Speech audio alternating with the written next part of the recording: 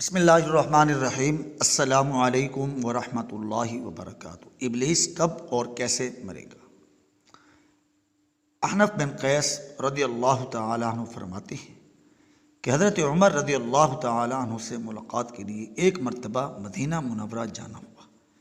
ایک مجمع میں حضرت کعب احبار رضی اللہ تعالی عنہ کو تقریر کرتے ہوئے دیکھا تو میں بھی بیٹھ گیا۔ وہ فرما رہے تھے کہ حضرت آدم علیہ السلام نے وفات کے وقت اللہ تعالیٰ سے عرض کیا، یا اللہ، میری موت سے میرا ازلی دشمن یعنی ابلیس بہت خوش ہوگا، اس کو تو قیامت تک زندہ رہنا ہے۔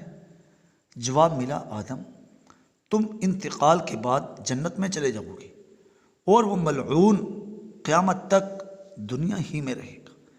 آخر میں اس کو موت آئے گی تاکہ ساری دنیا کے لوگوں کے برابر موت کی تکلیف اٹھائے۔ آدم علیہ السلام نے ملک الموت سے فرمایا، ابلیس کی موت کا منظر مجھے بھی کچھ بتاؤ۔ فرشتہ نے سنانا شروع کیا تو وہ اتنا دردناک تھا کہ آدم علیہ السلام سن نہ سکے۔ فرمایا، بس کرو، اب نہیں سنا جاتا۔ اتنا فرما کر حضرت کعب احبار رضی اللہ تعالی عنہ خاموش ہو۔ لوگوں نے کہا، حضرت، کچھ ہمارے سامنے بھی اس کی موت کا منظر بیان فرمائیں۔ پہلے تو انکار کیا، مگر لوگوں کے بے حد اصرار پر فرمایا، جب قیامت قریب آئے گی، لوگ حسب عادت بازاروں میں مشغول ہوں گے، اچانک ایک زوردار دھماکہ ہوگا جس سے بہت سے لوگ بے ہوش ہو جائیں گے۔ اللہ تعالیٰ ملک الموت سے فرمائیں گے، میں نے سب سے زیادہ تمہارے مددگار اور معاون بنائے اور تم کو ان سب کے برابر قوت دی، میرے غصہ اور غضب کا لباس پہن کر جاؤ اور ابلیس ملعون کی روح قبض کرو اور اس کے ساتھ تمام انسانوں اور جنوں سے زیادہ سختی کرنا، اور مالک دروغہ جہنم سے کہو کہ جہنم کے دروازے کھول دے۔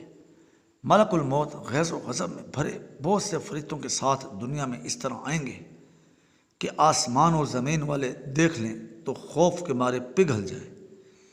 ابلیس کے پاس پہنچ کر بہت زور سے ڈانٹ پلائیں گے، جس سے ابلیس بری طرح دھاڑیں مار مار کر چیخے گا۔ اگر دنیا والے اس کی آواز سن لیں تو بے ہوش ہو جائیں۔ ملک الموت ابلیس سے کہیں گے، خبیث، تو نے بہت طویل عمر پائی اور بے شمار انسانوں کو گمراہ کیا جو تیرے ساتھ جہنم میں جائیں گے۔ آج ان سب کے برابر تجھے موت کا مزہ چکھاؤں گا۔ تیری مہلت اور ڈھیل کا وقت ختم ہو چکا، اب تو موت سے بھاگ نہیں سکتا۔ ابلیس گھبرا کر مشرق کی جانب بھاگے گا تو کبھی مغرب کی جانب، لیکن ہر طرف سے اپنے سامنے ملک الموت کو پائے گا۔ سمندر میں گھسنے کی کوشش کرے گا تو سمندر نکال پھینکے گا۔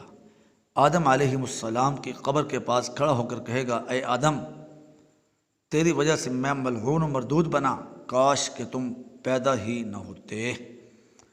پھر ملک الموت سے کہے گا، کتنی سختی اور تکلیف کے ساتھ میری جان نکالو گے؟